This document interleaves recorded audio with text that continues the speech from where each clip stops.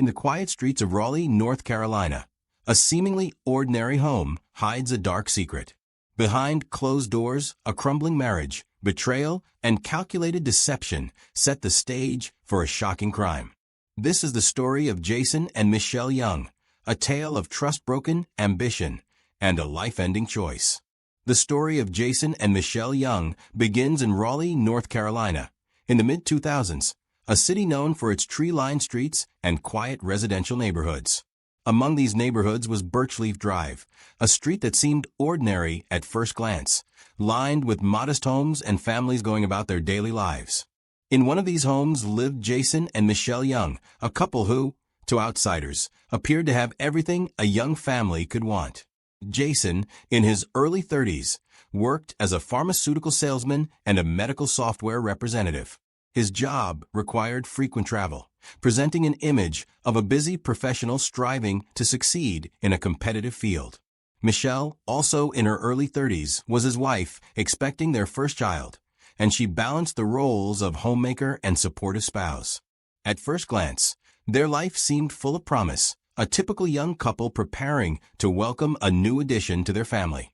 Despite appearances, the marriage had begun to strain under pressures that were not visible to the casual observer.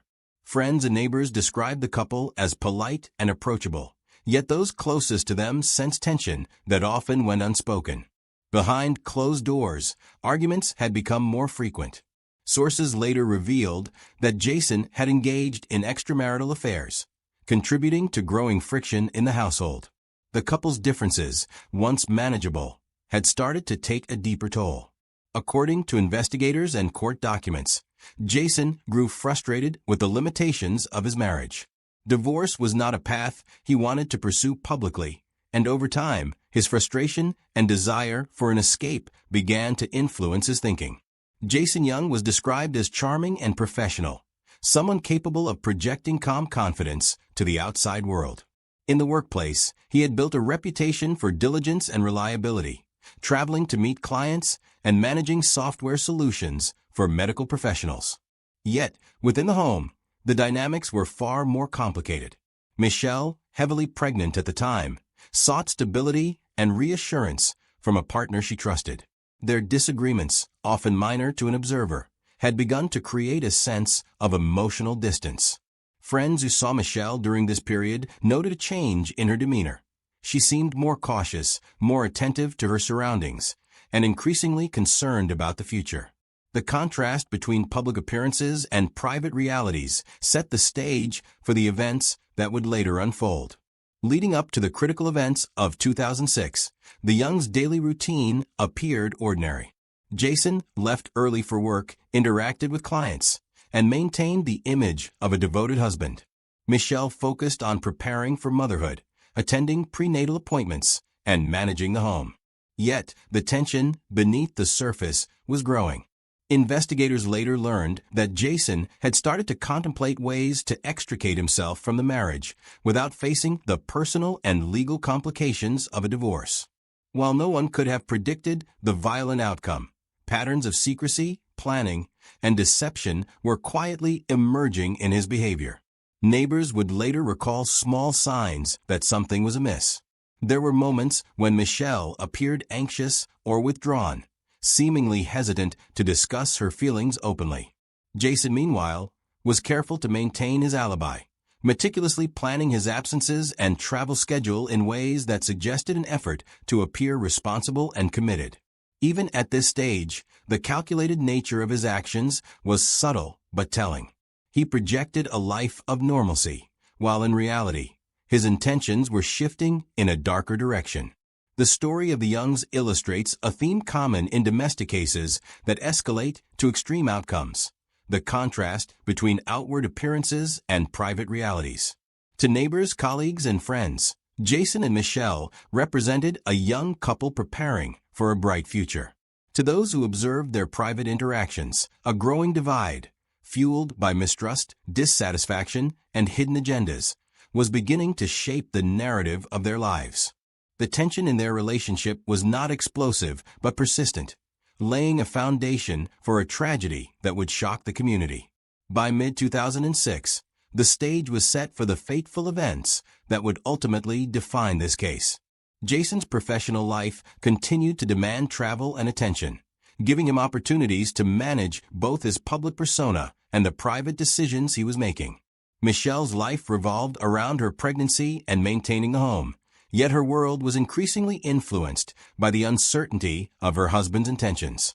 The ordinary routines of work, errands, and prenatal care masked the underlying complexities that were quietly building toward a critical turning point.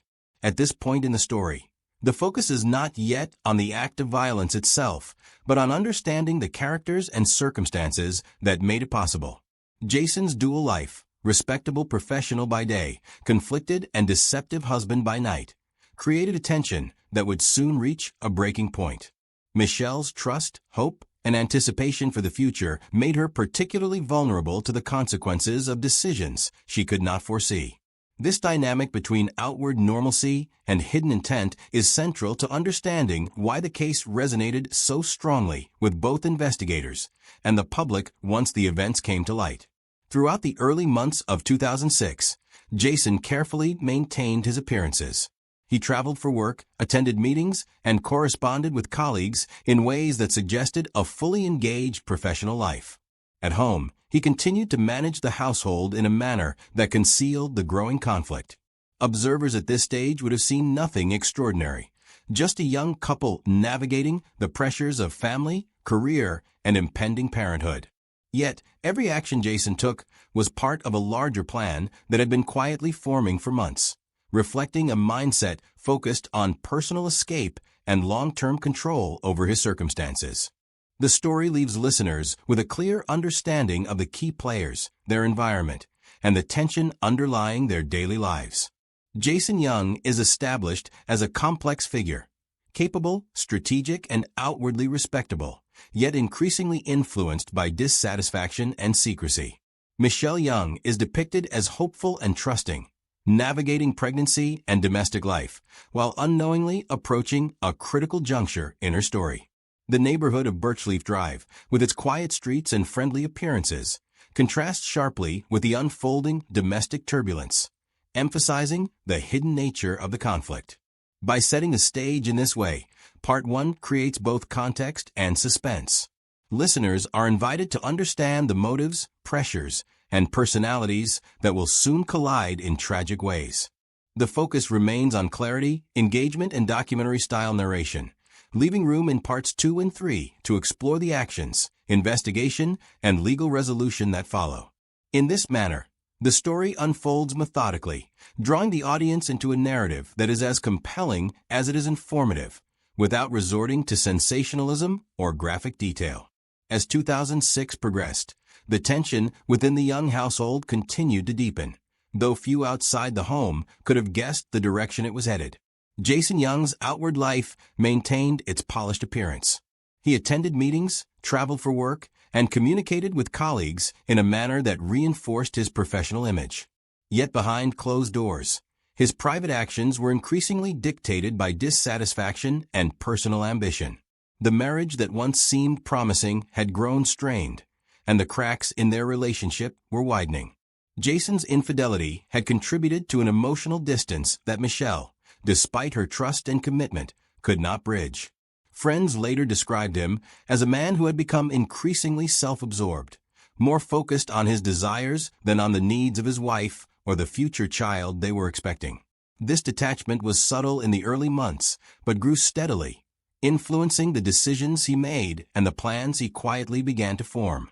Investigators and prosecutors would later describe this period as the stage where intent became clear. While no one could have predicted the severity of what would follow, patterns of secrecy, careful scheduling, and strategic deception were already emerging in Jason's behavior. In the weeks leading up to the pivotal events, Jason's conduct was marked by meticulous planning. He used his work-related travel as both a cover and a mechanism to project normalcy. Neighbors recalled him leaving for trips with little fanfare, returning at expected times, and maintaining an appearance of routine. This careful management of perception was critical. It allowed Jason to manipulate the impressions of those around him, creating a sense of trust and reliability even as he moved closer to a tragic decision. Meanwhile, Michelle's life was increasingly centered on preparing for their baby, attending appointments, and managing the home. She remained hopeful and committed, unaware of the hidden forces shaping her husband's behavior. During this period, small incidents hinted at underlying conflict. Arguments in the home became more frequent, though they were often framed as minor disagreements. Michelle's growing anxiety, combined with Jason's evasiveness, set the tone for an escalating domestic tension. While the couple maintained appearances externally, the internal dynamics were shifting, and the imbalance of trust and deception was becoming more pronounced. In a domestic setting, these subtle signs are often overlooked, yet in retrospect, they formed the groundwork for the events that would soon follow. The critical turning point approached gradually, shaped by the interplay of opportunity, planning, and personal motivation. Jason's desire to exit the marriage without public consequences or a formal divorce was a driving factor. According to court documents and later testimony, he sought a solution that would allow him to regain freedom while avoiding scrutiny from colleagues, friends, and family. The idea of using a staged business trip as an alibi was a methodical decision, one that reflected a calculated approach rather than a spontaneous act. It was during this time that he began organizing the circumstances that would lead to the ultimate tragedy, ensuring that all external appearances suggested normalcy, even as he prepared for a violent outcome behind closed doors. As the days moved closer to the incident, Jason's behavior remained outwardly consistent, masking the underlying plan. He maintained professional obligations, stayed in contact with clients, and interacted with neighbors in a manner that reinforced his image as a dependable husband and engaged community member. Yet, each routine act was part of a larger framework that allowed him to manage perception while creating the conditions for a private confrontation. Michelle, focused on the final stages of her pregnancy and household responsibilities, remained largely unaware of the depth of her husband's intentions. This juxtaposition between perception and reality is central to understanding the narrative of the case. On the day that would ultimately change everything, Jason executed a series of actions designed to establish a credible alibi. He left the house, according to records and testimony, in a manner consistent with prior work-related travel. The careful timing, coupled with his established reputation for professionalism, initially suggested nothing out of the ordinary. Yet, this was part of a premeditated plan. Investigators later highlighted the deliberate nature of the steps he took to separate his public identity from his private actions. By managing appearances so effectively, Jason aimed to reduce suspicion and control the narrative of his own absence. While Jason was executing this plan, the dynamics within the home had already set the stage for irreversible consequences. Michelle's routine continued, grounded in her expectations for a normal day, her trust in her husband, and the anticipation of welcoming a new life into the world. The domestic space, familiar and ordinary to any outside observer, became the backdrop for a confrontation that had been carefully orchestrated. The contrast between normalcy and intention, between daily routine and hidden planning, underscores the tension that permeated the household. The early stages of the investigation following the incident reveal the challenges faced by law enforcement in distinguishing perception from reality. Initial reports and appearances suggested an accidental or unexplained death, but investigators were trained to recognize subtle inconsistencies. It was in these inconsistencies that questions began to arise. Neighbors' recollections, records of Jason's travel, and the timing of events all came under scrutiny. While Jason had meticulously constructed an alibi, the precision of his planning could not fully anticipate the depth of investigation that would follow.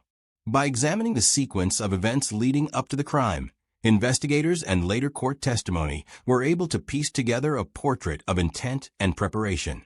Jason Young's actions reflected a calculated approach. He maintained appearances while preparing to commit a deliberate act that he believed would free him from the constraints of his marriage. Each decision, from work-related scheduling to personal interactions, contributed to the larger strategy. In retrospect, These elements form the connective tissue of a story that illustrates both the dangers of deception and the importance of attention to detail in criminal investigation. Throughout this period, the narrative is marked by the tension between what was visible to the public and what was occurring behind closed doors. Jason Young projected normalcy, professionalism, and reliability, while privately, his intentions were focused on achieving a personal objective through drastic means. Michelle's expectations and trust provided the context in which these plans could unfold, highlighting the tragic intersection of preparation, opportunity, and vulnerability.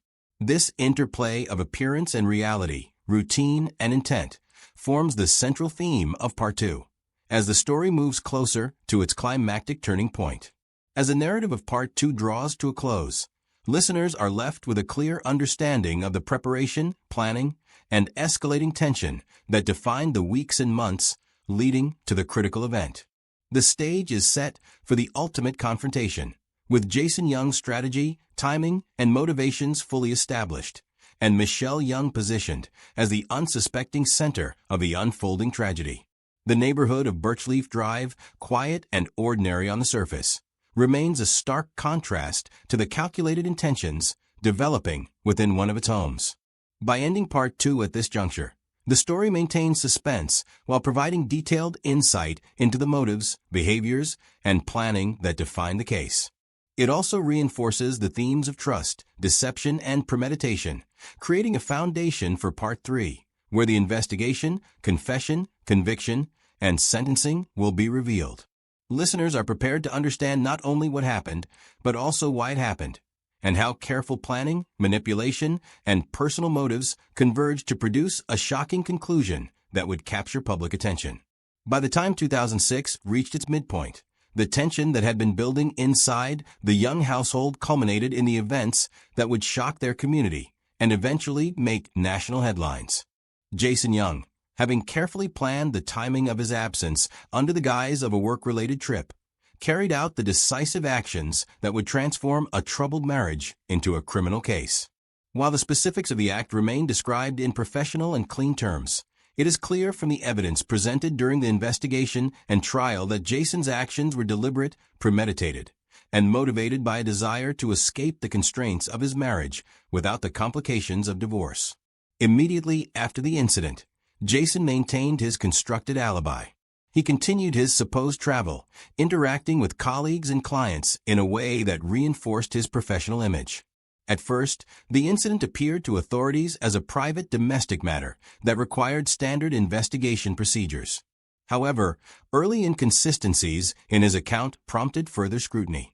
Investigators began to examine the timeline of events, the logistics of Jason's claimed travel, and the activities surrounding the household on Birchleaf Drive.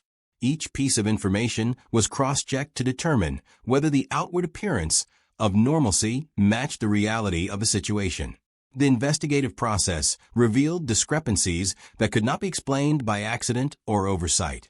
Jason's careful preparation had left him confident in his ability to avoid suspicion, yet forensic evidence and witness statements gradually undermined his alibi. Authorities noted that patterns of communication, travel records, and neighbor observations did not fully align with Jason's narrative. Investigators also considered the broader context, the state of the marriage, Jason's extramarital relationships, and potential motives. Taken together, these factors provided a growing body of evidence suggesting that the death was not accidental, and that Jason Young's involvement warranted serious consideration. As the investigation progressed, law enforcement officials conducted interviews, collected evidence, and reconstructed the sequence of events. The community, once unaware of the depth of domestic tension in the Young household, began to grasp the gravity of the situation. Neighbors who had perceived a normal couple were now witnesses to a story of planning, deception, and ultimately, a crime that would have lasting repercussions. Investigators emphasized the deliberate nature of the actions leading to the incident, noting that Jason's behavior had consistently demonstrated forethought, manipulation, and concealment. Over time, the accumulation of evidence led to Jason Young's arrest. He was formally charged with first-degree murder, bringing the focus squarely on both his motives and the methodical planning that had preceded the crime. During the pretrial period, prosecutors outlined the key elements of the case: a failing marriage, extramarital affairs, and the calculated efforts to maintain an alibi. They highlighted that the motive was clear. Jason wished to escape his marriage without public or legal complication. The legal process would ultimately scrutinize each decision he had made in the months and days leading up to the event, demonstrating that the actions were intentional and premeditated. The trial that followed was highly publicized, reflecting both the unusual circumstances and the emotional weight of the case. Courtroom testimony detailed Jason's professional and personal life, the state of the marriage, and the sequence of events leading to the crime. Investigators presented their findings methodically, ensuring that the jury understood the alignment of motive, opportunity, and action. Friends, family, and colleagues provided accounts that underscored the contrast between Jason's outward professionalism and the private tensions within the household. These testimonies collectively painted a picture of premeditation, planning, and conscious decision-making. Throughout the trial, Jason's legal team sought to challenge aspects of the investigation, focusing on procedural details and attempting to present alternative interpretations of the evidence. However, the consistency and depth of the prosecution's case, combined with the clarity of motive and opportunity, created a compelling narrative for the jury. The court was presented with a thorough reconstruction of events, allowing for a clear understanding of the deliberate choices made by Jason Young and their ultimate consequences. The jury's role was to evaluate this narrative carefully, weighing the factual evidence, expert testimony, and the behavioral patterns that had emerged over the course of the investigation. At the conclusion of the trial, Jason Young was found guilty of first-degree murder. The verdict reflected the jury's agreement with the prosecution's argument that the actions were deliberate, planned, and motivated by a desire to escape the marriage without facing legal or social consequences. The conviction marked the end of a legal process that had examined every facet of a case, from personal relationships to professional routines, from premeditated planning to the consequences of those decisions. The sentencing phase emphasized the severity of the crime. Given the deliberate nature of the actions, the life stage of Michelle Young, and the premeditated planning, the court imposed a sentence of life without the possibility of parole. This outcome underscored the principle that careful planning to commit a crime does not diminish responsibility. Rather, it highlights accountability. The sentence ensured that Jason Young would no longer be in a position to harm others, providing a measure of justice for the victim and her family, while reinforcing the societal commitment to uphold the law. The case of Jason and Michelle Young illustrates a range of broader themes. At its core, it highlights the dangers that can arise when personal dissatisfaction, secrecy, and deception intersect with opportunity and planning. It underscores the importance of thorough investigation and attention to detail in law enforcement, and it reminds communities that appearances can be deceiving. To outsiders, the couple's life appeared ordinary, yet the hidden dynamics of the household contained the seeds of tragedy. The contrast between public perception and private reality provides insight into why this case drew significant attention, both locally and nationally. Additionally, the story emphasizes the human dimensions of domestic conflict, illustrating how unresolved issues, unmet expectations, and secrecy can escalate when left unchecked. It serves as a cautionary tale about the consequences of placing personal convenience and desire above the trust and well-being of others. Michelle Young's life, full of hope and anticipation for the future, was tragically cut short, leaving an enduring impact on her family and community. Her story remains a reminder of the fragility of trust and the lasting repercussions of decisions made in secrecy and selfishness. In conclusion, the case of murder on Birchleaf Drive is more than an isolated criminal event. It is a study in human behavior, decision-making, and accountability. Jason Young's planning, actions, and ultimate conviction demonstrate the legal system's capacity to investigate, prosecute, and deliver justice in a methodical and fair manner. Michelle Young's tragic fate highlights the human cost of deception and betrayal. Together, the narrative forms a complete picture of a domestic situation that escalated into crime, offering lessons for law enforcement, communities, and individuals alike. By the end of the story, listeners understand not only the sequence of events, but also the underlying motives, the careful planning, and the broader societal implications. The case remains a stark example of how personal decisions, when guided by selfishness and secrecy, can lead to irreversible consequences, and it underscores the importance of vigilance, accountability, and justice. The story of Jason and Michelle Young continues to serve as a reference point in discussions of domestic crime, premeditated actions, and the intersection of private life with public perception, leaving a lasting impression on all who examine it. In the quiet streets of Cameron Park, California, a devoted mother's life ended in sudden tragedy. Behind closed doors, tension, jealousy, and fear simmered, hiding a deadly storm. This is the story of Rachel Winkler, a woman of family, and a shocking crime that would unravel the secrets of a seemingly peaceful home. The quiet community of Cameron Park, California, was known for its tree-lined streets and friendly neighbors. It was a kind of place where families felt safe, where children played in yards without worry, and where life moved at a steady, predictable pace. But in 2012, that calm was shattered by an event that would leave the community stunned and horrified. At the center of the story was Rachel Winkler, a 37-year-old mother of three, whose life would tragically end behind the walls of her own home. Rachel had spent most of her adult life raising her children and maintaining the home she shared with her husband, Todd Winkler. Todd, 36, was a former pharmaceutical sales representative with a history in the Air Force as a fighter pilot. Friends described him as intelligent and disciplined, but there was another side of Todd that few outside his immediate family ever saw, a personality that could be controlling, jealous, and increasingly unpredictable.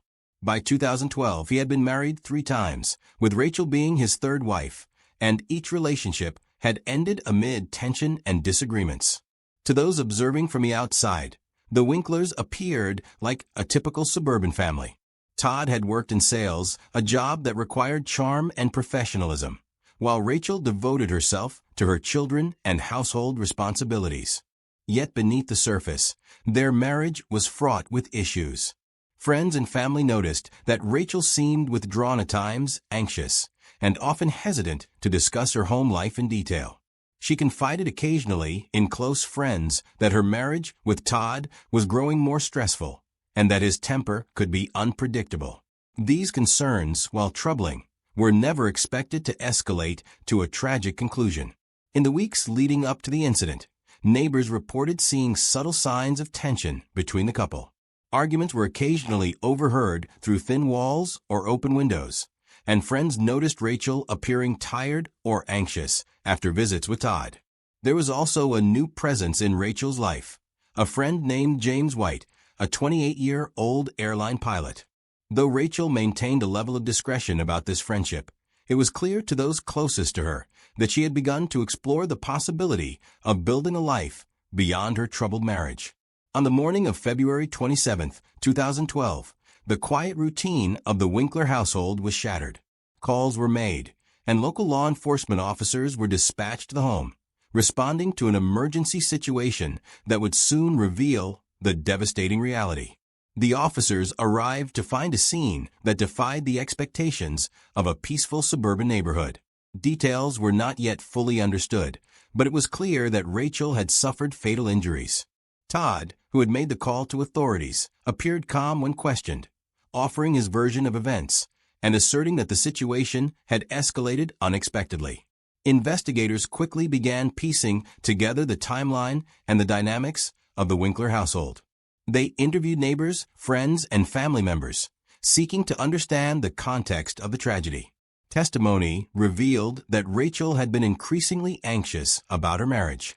She had expressed concerns about Todd's behavior, noting his jealousy and his controlling tendencies.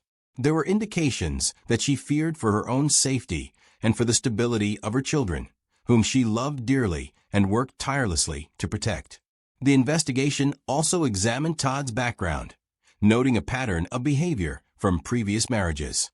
Both prior relationships had ended under tension, with accounts of disagreements and emotional strain. While Todd's professional life projected a controlled and capable image, Investigators were particularly interested in how personal stress and jealousy may have influenced his actions within the home. Friends recounted incidents where Todd's need to control situations and people around him had caused friction, particularly when he sensed challenges to his authority or perceived threats to his relationships. Rachel's connection with James White added another layer of complexity to the case. Though there was no suggestion of impropriety beyond friendship, Todd's knowledge of this relationship appears to have intensified his feelings of jealousy. Prosecutors later argued that this fear of losing Rachel, and by extension, access to his children, contributed to the tragic outcome. At the time, however, the focus was on understanding the immediate circumstances of her death and the events that led up to it. Throughout the investigation, authorities were methodical in gathering evidence. Every piece of testimony, physical clue, and background detail was examined to build a coherent picture of what had occurred inside the Winkler home. Interviews with friends painted a portrait of a woman who had been increasingly distressed and seeking support outside the marriage, while observations from neighbors highlighted the growing tension between the couple. This careful collection of information would later become essential in understanding both motive and sequence of events. Part of the challenge for investigators was the apparent calmness Todd exhibited when first questioned. His composed demeanor initially complicated efforts to determine the exact nature of the incident. However, law enforcement relied on forensic evidence, witness statements, and patterns of behavior to gain clarity. The process was deliberate and thorough, as officials worked to ensure that all relevant facts were recorded and analyzed before any conclusions were drawn.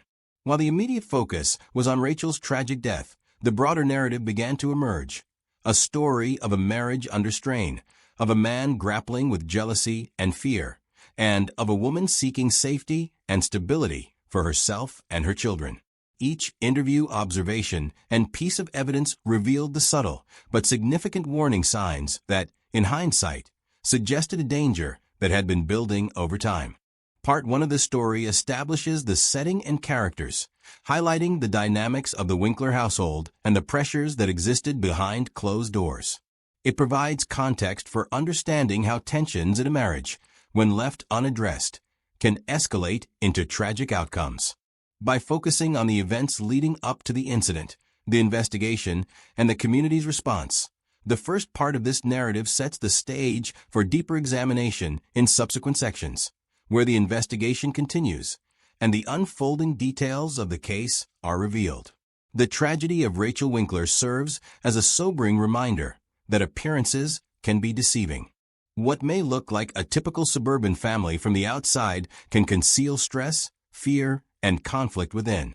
This initial chapter lays the foundation for understanding the events of February 27, 2012, and the complexities that surrounded a family forever changed by loss. In the next part of the story, the investigation will intensify, uncovering further evidence and revealing how those closest to the situation perceived the moments leading up to the tragedy. As the investigation into Rachel Winkler's death progressed, law enforcement officers in Cameron Park began to unravel the complex dynamics of the Winkler household. At first glance, the tragedy appeared sudden and inexplicable, but interviews and evidence gradually revealed a series of tensions that had been simmering beneath the surface for months, if not years. Detectives focused on Todd Winkler, the primary person of interest, carefully examining his actions, relationships, and motivations. Rachel's friends and family became essential sources of insight into her life leading up to the fatal incident. They described her as loving, organized, and devoted to her children, but also increasingly anxious and fearful of her husband's behavior. She had confided in them about the strain in her marriage, particularly Todd's growing jealousy and controlling tendencies. Friends noted that Rachel had been seeking independence and planning to establish boundaries that would allow her to live without constant worry or pressure. They also confirmed that she had begun developing a close friendship with James White, a 28-year-old airline pilot. Though platonic, this relationship represented a potential escape for Rachel, a step toward building a life that prioritized her safety and happiness, and perhaps inadvertently, it fueled Todd's insecurities. Neighbors contributed observations that offered another perspective on the household dynamics. In the weeks leading up to the incident, they occasionally overheard arguments and sensed a palpable tension during interactions between Todd and Rachel. Some neighbors recalled moments when Rachel appeared withdrawn after visits from Todd, hinting at conflict behind the closed doors of their home. Others noted Todd's visible frustration at minor disagreements, signaling an intensity that seemed disproportionate to ordinary domestic disputes. These accounts, when combined with Rachel's own disclosures, painted a picture of a marriage under increasing strain. Investigators also looked closely at Todd's personal and professional history. His career in pharmaceutical sales demanded precision, attention to detail, and the ability to persuade and influence others, qualities he had applied successfully in the workplace. However, in private, these same traits, discipline, control, and meticulousness, sometimes manifested as a need to dominate his personal relationships. His previous marriages, which had ended after periods of tension, were examined carefully for patterns of behavior. Friends and ex-partners described incidents in which Todd had exhibited possessiveness and an intolerance for perceived challenges to his authority. These elements became critical in understanding the pressures within the Winkler household. The forensic investigation provided a more technical understanding of what had transpired. While the community knew Rachel had died inside her home, detectives needed to reconstruct the events leading to her death. Forensic experts examined the scene meticulously, analyzing the layout of the home, positions of key objects, and signs of struggle or forced movement. Their findings suggested that Rachel had tried to distance herself from her assailant, that the event had escalated rapidly, and that the tension between her desire for safety and Todd's emotional response played a central role. Each detail corroborated witness statements and began to illustrate the circumstances that culminated in tragedy. Throughout this period, the investigation also relied heavily on digital evidence and personal records. Emails, text messages, and diary entries from Rachel provided a window into her state of mind in the weeks leading up to her death. In her messages, she wrote about stress, fear, and the need to protect her children. She noted instances when she felt her husband's behavior was controlling or aggressive, and she confided in friends about her desire for a life outside of the increasingly tense household environment. These personal accounts offered investigators insight into her mindset, revealing a woman striving to maintain safety and stability while navigating complex and volatile domestic dynamics. Friends and family members became more vocal in describing the changes they had noticed in Rachel over time. She had grown cautious, avoiding conflict, and had taken steps to limit confrontation within her home. Yet despite these precautions, the escalating tension between Rachel and Todd was evident, and it became clear that the couple's domestic challenges were far from ordinary. Observers noted that Todd's response to perceived threats, whether to his control over the household or his access to his children, had intensified over time, creating a pressure cooker environment that would ultimately lead to tragedy. In addition to personal testimonies, law enforcement examined Todd's behavior immediately following the incident. His interactions with authorities and his calm demeanor raised questions. While outwardly composed, subtle inconsistencies in his statements prompted investigators to dig deeper. They sought to understand whether Todd's calm appearance was an accurate reflection of events or a deliberate attempt to obscure the reality of what had occurred. Surveillance footage and official recordings later became critical in analyzing his actions and emotional state during the initial hours after Rachel's death. The role of jealousy and fear of losing custody of his children emerged as central themes in the investigation. Prosecutors later argued that Todd perceived the potential separation from Rachel and the possibility of losing access to his children as threats to his authority and identity. Friends reported that Todd had expressed concerns over Rachel's increasing independence and her interactions with others outside the marriage. While these feelings were private, they appeared to have escalated into a dangerous combination of anxiety, possessiveness, and a need for control. Despite the gravity of the situation, the investigation also required patience and precision. Officers and detectives worked to avoid assumptions, focusing instead on carefully documenting each step and corroborating every piece of evidence. Every conversation with neighbors, friends, and family added nuance to the narrative, building a detailed picture of Rachel's daily life, her concerns, and the challenges she faced within her home. Each testimony contributed to understanding the subtle signs of escalating tension, including behavioral shifts, precautionary measures, and interpersonal dynamics that would otherwise go unnoticed. By the end of this stage of the investigation, a clear portrait had begun to emerge. A dedicated mother, concerned for her children and herself, navigating a marriage strained by jealousy, control, and emotional tension. A man struggling with insecurities and the fear of losing influence in his home, and a community that had been unaware of the pressures simmering behind closed doors.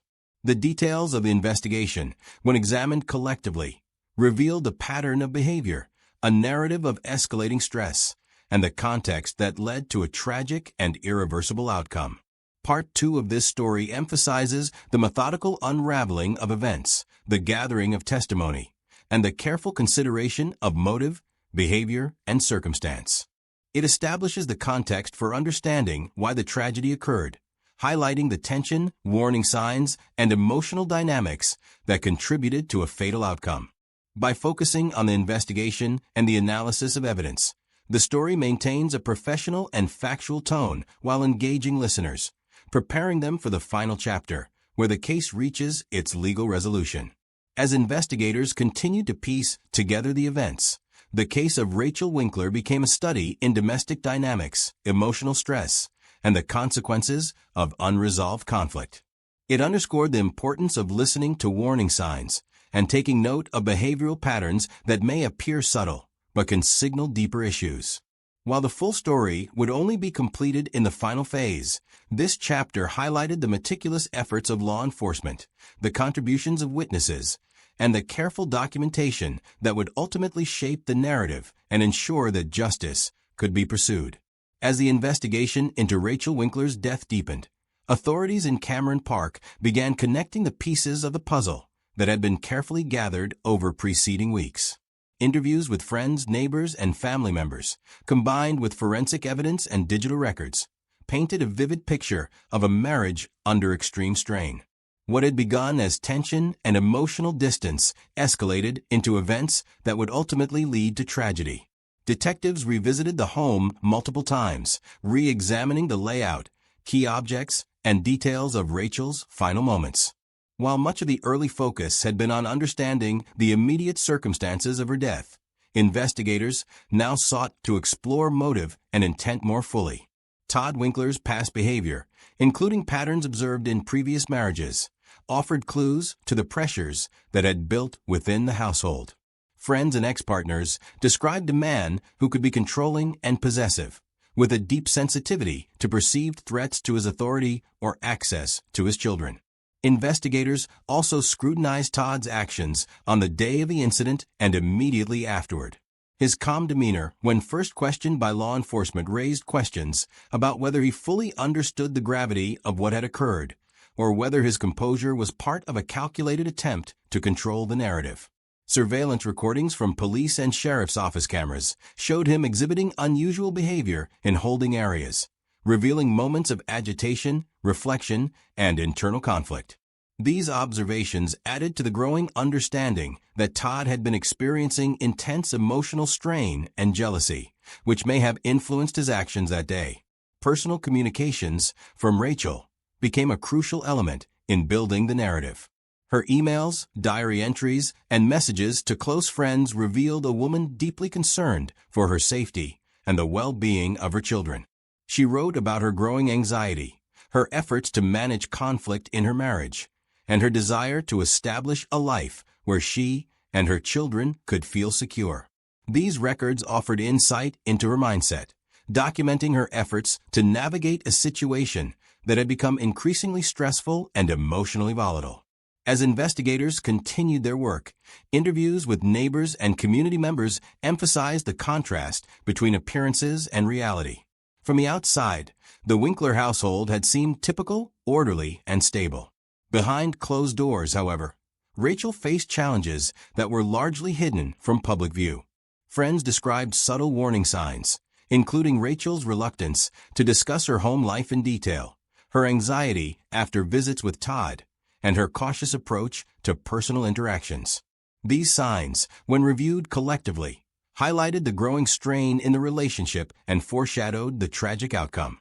The turning point in the case came as authorities focused on the circumstances surrounding the confrontation that led to Rachel's death. Evidence suggested a rapidly escalating argument, intensified by Todd's jealousy and fear of losing his children. Forensic analysis and witness statements showed that the situation had spiraled beyond verbal conflict, resulting in a moment of irreversible violence. Though the investigation was meticulous, it became clear that Todd's emotional state, combined with his desire to assert control, had created the conditions for the tragedy that had unfolded. Throughout the legal proceedings, prosecutors emphasized the patterns of behavior, emotional context, and documented interactions that provided insight into Todd's motives. They highlighted his jealousy, his perception of losing control over the household, and his concern that Rachel might separate and take the children with her. Defense arguments focused on presenting Todd's perspective, including claims of self-defense and stress, but the cumulative evidence suggested a different narrative, one in which the emotional pressures and domestic conflicts played a central role in the fatal outcome. During the trial, testimony from friends, family, and experts illustrated the complex dynamics of the Winkler household. Witnesses recounted Rachel's increasing anxiety and desire to protect herself and her children. Psychologists and behavioral experts offered context regarding patterns of possessiveness, control, and jealousy, explaining how such dynamics could escalate into dangerous situations. Law enforcement officials testified about the scene in the home, the sequence of events, and the physical evidence that contradicted claims of purely defensive action. The trial, methodical and thorough, ensured that all perspectives were considered while maintaining focus on the facts. A key moment in the trial was the presentation of Rachel's own words through her diary and communications. These entries demonstrated her fear, her strategic efforts to maintain safety, and her growing recognition of the risks within her marriage. They also provided the jury with a humanizing perspective, illustrating the emotional stakes and the impact on a woman navigating a challenging domestic environment. This evidence underscored the tragic reality of the situation and highlighted the seriousness of the events that had transpired. After careful deliberation, the jury reached a verdict. Todd Winkler was found guilty of second-degree murder, acknowledging both the fatal outcome and the patterns of behavior and motive that had led to it. The judgment reflected the culmination of an extensive investigation and trial process, one that carefully examined the actions, context, and emotional factors surrounding the case. The sentencing phase followed, during which the court weighed the severity of the crime, the circumstances of the household, and Todd's personal and professional history. Ultimately, the court sentenced Todd Winkler to 26 years to life in prison, ensuring that he would be held accountable for his actions while acknowledging the irreversible loss suffered by Rachel's family and the community. Family members expressed a mixture of grief and relief, recognizing that justice had been served, though it could never replace the life that had been taken. The murder of Rachel Winkler stands as a sobering reminder of the dangers that can exist behind closed doors, even in seemingly peaceful communities. It highlights the profound impact of jealousy, control, and fear in domestic relationships, demonstrating how these emotions can escalate when left unaddressed. The case also underscores the importance of careful investigation, thorough legal proceedings, and the role of evidence in uncovering the truth. In reflecting on the case, it becomes clear that Rachel Winkler was a devoted mother and a woman seeking safety and stability for herself and her children. Her life, though tragically cut short, offers insight into the challenges faced by those living in controlling or emotionally volatile relationships. Her story reminds us of the importance of recognizing warning signs, supporting those in difficult domestic situations, and valuing the role of law enforcement and the justice system in protecting vulnerable individuals. The community of Cameron Park was forever changed by the events of 2012. Residents gained a deeper awareness of the complexities of domestic relationships and the potential consequences of unresolved conflict. The meticulous investigation, careful trial proceedings, and ultimate sentencing of Todd Winkler ensured that the tragedy did not fade into obscurity, but rather became a documented case study of domestic tension, emotional strain, and legal accountability. As this story concludes, it leaves listeners with a clear understanding of the factors that led to Rachel Winkler's death, the thorough investigative work that uncovered the truth, and the legal process that brought resolution. It is a narrative marked by both tragedy and the diligence of those committed to seeking justice, a story that serves as a reminder of the human consequences of jealousy, fear, and loss of control. By examining the life, relationships, and circumstances of Rachel and Todd Winkler, this case provides a lens through which to understand the complexities of domestic life and the importance of vigilance, awareness, and intervention when warning signs emerge. The case of Rachel Winkler is not simply a tale of crime. It is a study of human behavior, emotional dynamics, and the consequences of actions that spiral beyond control. Through careful documentation, investigation, and legal resolution, the narrative of her life and tragic death has been preserved, offering lessons about safety, accountability, and the critical importance of addressing conflict before it escalates into irreversible tragedy. Behind the quiet doors of a small-town American pharmacy, a mystery was brewing, one no one could see coming. Why did an ordinary night turn into a deadly encounter? Who walked in seeking help, and instead triggered a chain of events that exposed long-hidden secrets? The truth would shock everyone. On a quiet Sunday morning in June 2011, the town of Medford, New York, moved at its usual calm pace. It was Father's Day, and most families were easing into the day, planning gatherings and simple celebrations. Along the main road, Haven Drugs Pharmacy was preparing for another routine morning. The staff inside had no reason to expect anything unusual. For them, it was just another day of service, another day helping people who walked in for prescriptions and health needs.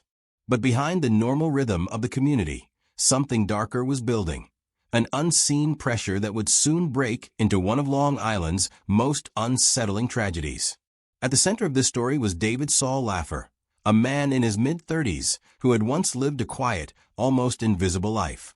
People who knew him described him as withdrawn but not threatening. What most didn't fully understand was the grip that prescription painkillers had on him. Over time, the addiction had grown stronger than his ability to control it. Hydrocodone had taken over his decisions, his thinking, and eventually his entire world.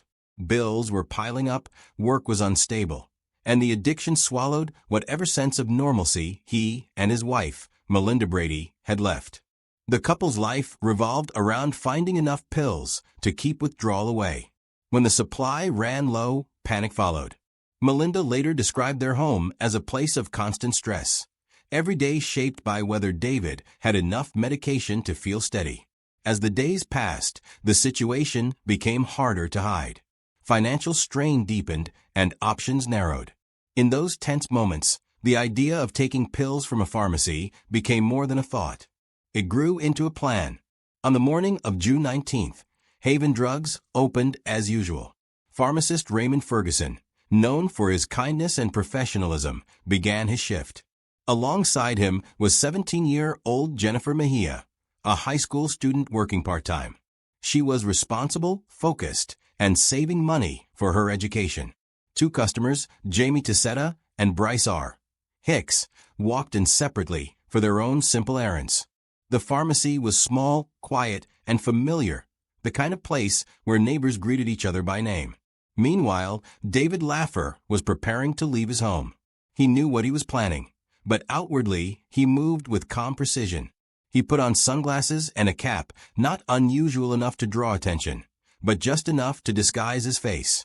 The plan was straightforward: walk in, take the pills, and leave before anything could go wrong. But beneath his quiet exterior, the pressure from addiction created a storm that clouded judgment. As he approached the pharmacy, there was nothing remarkable about his entrance. No one inside could have sensed danger. For most people, a man walking in on a Sunday morning looked like a regular customer. But for Laffer, This moment was the point of no return. Every step forward pushed him deeper into a decision shaped by months of struggle and dependency. Inside Haven Drugs, the atmosphere remained ordinary. Shelves were neatly arranged, light music played softly, and the staff worked through their morning routine. But the calm setting was about to shift. When Laffer moved further into the store, witnesses would later describe how everything appeared silent and controlled. There was no argument, no raised voice, no early warning that something terrible was unfolding. What happened next marked the turning point of the entire case, the moment when a robbery attempt changed into a shocking and irreversible crime. Laffer acted quickly, driven by desperation more than aggression. The extreme step he took inside the pharmacy was the result of an addiction that had escalated far beyond his control. Within moments, innocent lives were lost. The attack was sudden, swift, and left no time for anyone to react. The quiet Sunday morning turned into a scene of devastation, though the horror inside the pharmacy remained unnoticed for several minutes. Outside, cars continued passing by, unaware of what had taken place only a few feet away. After carrying out the attack, Laffer moved through the pharmacy with urgency, but without panic. He had come for one thing: hydrocodone. He took more than 11,000 pills, an enormous amount that showed how deeply addiction had taken over his thinking. With the bag of pills in hand, he walked back out into the sunlight, got into his car, and drove away. To anyone watching, it may have looked like a normal exit. There was no rush, no chase, no commotion. The silence around the crime was almost unsettling. It wasn't until customers arrived and noticed something was wrong that the alarms began. Inside the pharmacy, the stillness felt unusual. The lack of movement, the unanswered greetings, all of it signaled that something had gone terribly wrong. A call to the authorities brought police and emergency responders rushing to the scene. When they entered, the reality of what had happened became clear. For lives had ended in the span of moments, and the suspect had already disappeared. For the Medford community, news of the tragedy spread quickly. People were shocked not only by the loss of life, but also by the nature of the crime. Haven Drugs had always been considered a safe place. Families trusted it, neighbors relied on it. There was no history of violence, no prior threat, no reason to believe it could become the site of such a heartbreaking event. The contrast between the pharmacy's reputation and the violence that occurred made the tragedy even harder to understand. As investigators arrived, they began gathering evidence with urgency. They studied the layout of the store, reviewed early clues, and started requesting surveillance footage. The scene showed no signs of struggle, suggesting the attack had been carried out quickly and decisively. This detail helped shape the early direction of the investigation. Detectives understood they were dealing with a suspect who acted with intention rather than impulse. In the hours following the discovery, law enforcement began piecing together the timeline. They interviewed witnesses from nearby businesses, sought out anyone who had seen a suspicious person or vehicle, and focused on potential motives. The fact that a large quantity of hydrocodone was missing immediately pointed toward a drug-related motive. This became an essential starting point for investigators as they worked to identify the attacker. By the end of the first day, authorities made the case a top priority. A quiet town had been shaken, and the pressure to find the person responsible increased by the hour. With each new detail, the investigation moved a step closer to uncovering the truth behind the attack at Haven Drugs. In the hours after the tragedy at Haven Drugs, investigators worked methodically, aware that every minute mattered. The pharmacy had turned from a familiar neighborhood stop into a sealed crime scene, surrounded by police tape and filled with unanswered questions. Detectives moved carefully, making sure that each detail was documented. There were no signs of a struggle, no evidence that the victims had sensed danger. The quiet nature of the incident suggested a suspect who acted with purpose, someone who knew exactly what he came for and left quickly. This clarity helped the investigation gain direction early on. Detectives began by reviewing the pharmacy's surveillance system. The footage, though not perfect, provided valuable clues. It showed the suspect entering calmly, wearing a hat and sunglasses, making it difficult to identify him immediately. But investigators noticed the build, posture, and movements of the man.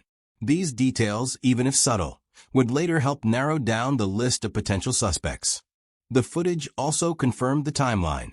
The suspect entered, acted swiftly, and exited with a bag that was visibly fuller than when he arrived. It was enough to establish the initial foundation of the case. As law enforcement examined the interior, they quickly realized that a large quantity of hydrocodone pills was missing. The shelves showed gaps where bottles had been taken. This discovery was significant. Narcotics theft pointed toward a suspect involved in drug misuse or someone supplying pills illegally. Investigators also knew that opioid addiction had become a growing issue in the region. They kept this angle at the forefront as they expanded the search for leads. The detailed list of stolen medication and its unusual quantity helped them understand the level of planning behind the crime. Detectives spread out across Medford, visiting nearby stores and asking employees if they had seen anything unusual around the time of the attack. Some workers recalled a man wearing sunglasses even though it wasn't a particularly bright morning. Others mentioned seeing a vehicle parked slightly away from the pharmacy, positioned as if the driver wanted to be unnoticed. None of these observations were definitive, but they helped investigators feel confident that they were moving in the right direction. The investigation team then reached out to local residents. They knocked on doors, asked neighbors about unusual behavior, and encouraged anyone with information to come forward. People in the area were shaken and willing to talk. Many felt deeply connected to the victims, especially Raymond Ferguson and young Jennifer Mejia. Their absence was felt strongly, and the community wanted answers. The human impact of the tragedy strengthened cooperation, allowing detectives to gather more information than they might have in a different kind of case. As the search continued, detectives began to consider who in the community had a known history with prescription drugs. They reviewed past incidents, studied medical theft patterns, and consulted with narcotics officers. Slowly, one name began to surface: David Saul Laffer. His history suggested someone struggling with dependency. He had visited pharmacies before and had been dealing with increasing personal and financial pressure. While these details were not enough to confirm anything, they gave investigators a strong reason to look closer. Detectives pulled records related to Laffer and studied his recent activity. They learned he lived not far from the crime scene, which increased their suspicion. They also examined whether he had any connection to Haven Drugs specifically. Although nothing directly linked him to the pharmacy initially, his profile fit the kind of suspect they were trying to identify. When they looked at his background more thoroughly, the pattern of stress and addiction became more clear. Officers noted that the level of planning in the robbery aligned with someone who had reached a desperate point. After collecting enough circumstantial information, investigators decided to conduct discreet surveillance around Laffer's home. They watched for unusual behavior. They looked for signs that he might be hiding something or avoiding attention. Over time, small details added up. Movements around the property seemed tense. Windows were kept closed. Mail went uncollected. These observations weren't evidence on their own, but they reinforced suspicions and supported the next step: securing a search warrant. When officers obtained the warrant, they prepared to approach the home. They understood this was a sensitive moment. If they were right, they were dealing with someone who had already committed a serious act. If they were wrong, they risked alarming an innocent person. With caution, they moved in. The moment they reached the door, the tension rose. Inside the house, David Laffer responded by resisting the officers' commands, leading to a brief confrontation. He was quickly subdued, and officers entered the home to begin their search. The interior of the residence revealed the crucial evidence investigators had hoped to find. In one area, they discovered large quantities of hydrocodone pills, far more than a typical prescription would contain. The bottles matched the missing stock from Haven Drugs. In addition to the pills, they found clothing consistent with what the suspect had worn in the surveillance footage. The combination of these findings formed a powerful connection to the crime. For detectives, this was the moment when suspicion turned into confirmation. Meanwhile, Melinda Brady, Laffer's wife, was also present. Officers questioned her separately, and it became clear that she carried heavy emotional weight. The stress of recent weeks and the events surrounding the attack had taken a toll on her. Investigators learned that she had been aware of her husband's struggle with addiction. She also knew about the growing desperation in the household. As detectives continued speaking with her, she began to open up. Melinda explained that they had been drowning under the pressure of David's dependency. She described sleepless nights, the fear of withdrawal, and the worry that they were running out of options. She admitted that she had helped him prepare for the robbery, though she had not expected the tragedy that followed. Her account provided essential context for the investigators, clarifying the mindset behind the plan and revealing the level of planning that had occurred beforehand. Detectives took care to document each part of her statement. It helped establish the motive rooted in addiction and painted a clear picture of the lead-up to the pharmacy attack. Her cooperation was a turning point in the case. It not only backed up the physical evidence found in the home, but also shed light on the psychological pressure that had shaped David's decisions.